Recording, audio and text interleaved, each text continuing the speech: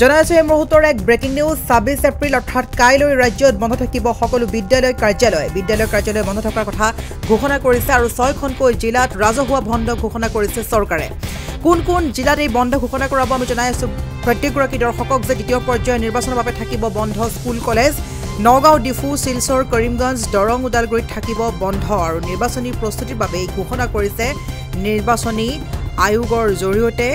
সৰকাৰ আমি জনাই আছো প্ৰত্যেকগৰাকী দৰ্শকক যেটো কাইলৈ হৈছে 26 এপ্ৰিল আৰু কাইলৈ ৰাজ্যত দ্বিতীয় পৰ্যায়ৰ নিৰ্বাচনৰ বাবে থাকিব বিদ্যালয় কাৰ্যালয় বন্ধ আৰু 6খনকৈ জিলাত ৰাজহুৱা বন্ধ ঘোষণা কৰিছে চৰকাৰে কোন কোন জিলাত বন্ধ ঘোষণা কৰিছে আমি পুনৰ কৈছো গ্ৰাফিক্সৰ সহায়ত যে দ্বিতীয় পৰ্যায়ৰ নিৰ্বাচনৰ বাবে থাকিব বন্ধ বিদ্যালয় কাৰ্যালয়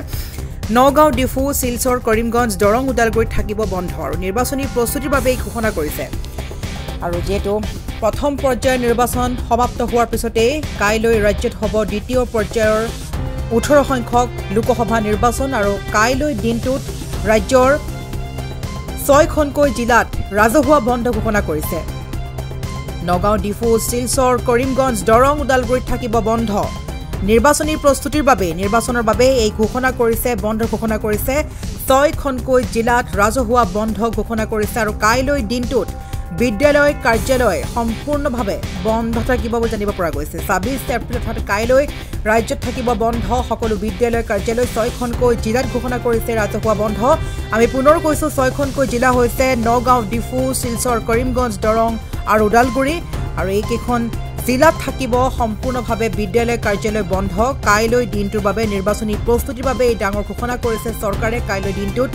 বিদ্যালয় কাৰ্যালয় বন্ধ থাকিব বুলি জানিব পৰা গৈছে 6খনকৈ জিলাত ঘোষণা কৰিছে এই ৰাজহুৱা বন্ধ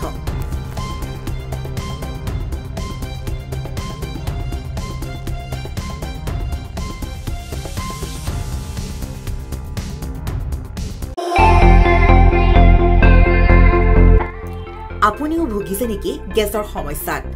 গেছ আৰু লিভাৰ ৰিলেটেড সকলো সমস্যাৰ একমাত্ৰ সমাধান গেষ্ট্ৰচিটি বডজম এচিডিটি ফেটি লিভাৰ পাইলছকে আদি কৰি ভিন্ন গেছৰ সমস্যাৰ সমাধানৰ বাবে কেৱল আপোনাৰ কাষত গেষ্ট্ৰচিটি